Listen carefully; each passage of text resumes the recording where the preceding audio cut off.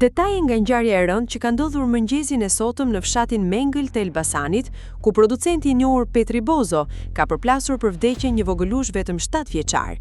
Një nga dëshmitarët e ngjarjes ka deklaruar se autori pretendonte se ka qenë duke lëvizur me vetëm 10 km/h. Ai tha se ishte duke ecur me 10 km/h. Tha, jam duke ecur në rrugë nacionale, kam të drejtën time, isha me 10 km/h. Sqaroi banori i zonës, ndërsa shton se rruga është bërë shumë e rrezikshme në këtë lagje dhe se edhe më parë ka ndodhur aksidente. Rreth orës 00:08 në aksin rrugor Elbasan-Librasht, automjeti me drejtues shtetasin PB 61 vjeç ka përplasur një fëmijë rreth 7 vjeç, i cili si pasojë ka humbur jetën. Drejtuesi i automjetit është shoqëruar në komisariat për veprime të mëtejshme. Grupi hetimor në vend ngjarje po punon për zbardhjen e rrethanave të aksidentit.